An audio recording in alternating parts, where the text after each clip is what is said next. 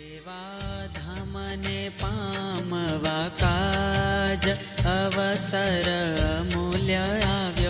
આવ્યો સુખનો માળી સમાજ ભલો અતિ મન ભાવ્યો એ રસ દેહને ઉર તેણે પીવા પ્યાસ